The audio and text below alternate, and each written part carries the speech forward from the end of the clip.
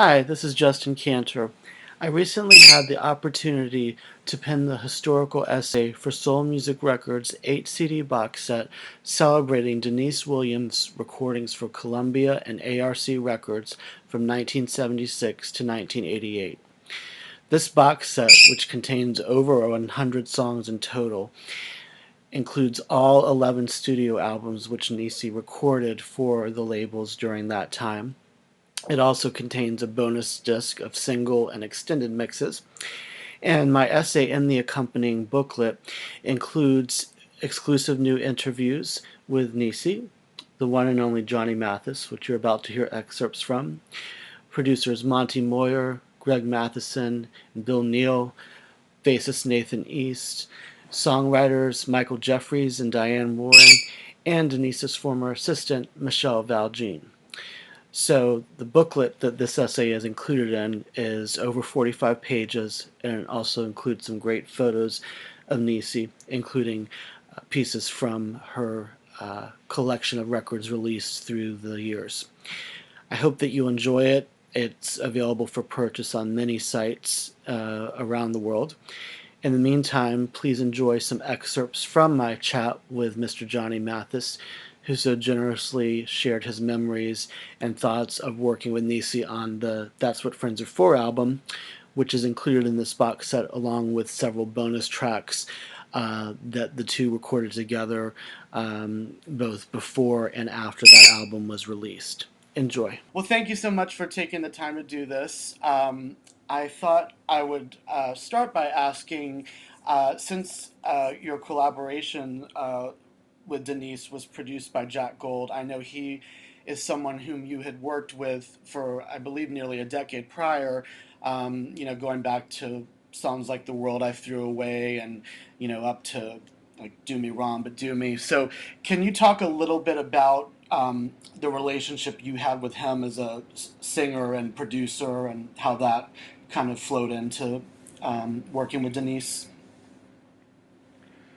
Well, first of all, she's so pretty, and she's like a movie star, and it was fun because I had never, from the time I was a little kid, growing up in San Francisco, I'd always dreamed about singing with a lot of the ladies that my father played the records. People like Lena Horne and oh, so many others Mm-hmm. that I used to listen to as a kid. Mm-hmm. And then when I got a chance to record myself, uh, there were a few ladies who came into the studio. We did duets and what Mm-hmm. have you, but they were more or less background singers, and they weren't uh, singularly uh, important as singers in their own right. Mm-hmm. And but I did listen to when I was a kid growing up. All the great lady singers, Lena Horne and Dinah Washington, Mm-hmm. Ella Fitzgerald, Sarah Vaughan, and I grew up dreaming about, one day singing with some of those people. And so when someone like Deniece came along, it was such a joy and a pleasure because not only did she have a great vocal range, her voice was so penetrating, Mm.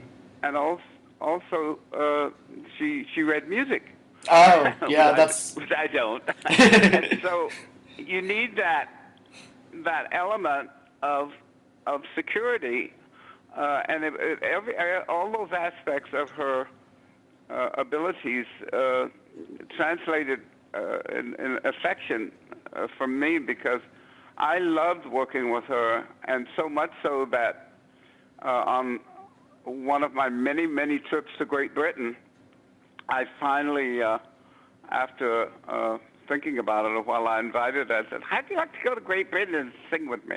And so I think, as I remember, I think she did finally come over there, and we uh, we sang together because I used to sing there all the time. My records became popular over there, and Hmm. I was a big deal over there. And when I asked her if she'd come over, she came over, and I think we sang. We performed at some of the major venues over there, and the people went crazy. Yeah. Hmm. Were you largely familiar with her recordings before you collaborated with her, like songs like "Free" and her original version of "That's What Friends Are For"? Oh God, yes. Okay. I I knew her qualities, and I knew her musicianship, and of course, her voice was fantastic. So was it your idea to do the initial two duets of "Too Much, Too Little, Too Late" and "Emotion," or was that something Jack suggested, or how did that actually, if you remember, come into fruition? It's difficult to remember whether Jack suggested Deniece Okay. or whether I did, because we tossed around lots of names Mm. uh, when we wanted to do duets, and Jack was such a wonderful human being to be associated with, and he Mm. was so kind and so thoughtful about what we would do, especially in a situation like singing, duets. And I'm sure that between he and I, one of us decided that Deniece would be, you know, jackpot. I assume from what you tell me, it was pretty easy to develop a vocal chemistry. How did you go about determining for some of the songs? I know with like "Your Precious Love," it'd probably be more evident, but some of the songs, say like "That's What Friends Are For," which is one she had wrote and recorded before. How did you approach it? Like who was gonna sing what, or was it like spontaneous, or did you sit down and try different things, or how did you go about that aspect of it? All of the above. Okay. I had my idea about what would be nice to sing with duet. But you have to remember, when you're working with a record company, Mm-hmm. they they know what sells and Mm. what doesn't sell. So they are really, really 99 and 9/10% of Mm. suggesting what you're going to sing and what they think they can sell, and Mm. that was the big priority. And then, of course, we put our little 2 cents in here and there. Mm-hmm. And Deniece is incredible because she is, very, very divulged in all these uh, uh, duets in her life. She had been a background singer for ages with Mm-hmm. lots of people, Mm-hmm. and so she had that knowledge that that I, of course, did not have because I've always been a solo singer. Mm-hmm. So she was, I would say, 98% of deciding and guiding the whole situation of the performances that she and I did together. Okay. Also interesting to note, the arranger and conductor on most of the sessions was Gene Page, who I believe. Oh, what a darling, darling, darling, darling, wonderful man. Yeah. Yeah. What do you have thoughts on his treatment of the songs? Because obviously the string sections were very prominent on a lot of those. Were there any distinctive things about his working with him or about his treatment of the, arrangements that stood out to you? Well, that's the joy you get out of working with people like Gene Page, who are absolutely astounding in their own right, because Mm-hmm. he had made uh, so many famous people even more famous with his arrangements and what have you. Mm. And so what you do is you put yourself in their hands, and what they do is they surround you with all of their abilities, which include not only suggesting songs for you, but listening to your suggestions and utilizing those. Mm-hmm. Mm-hmm.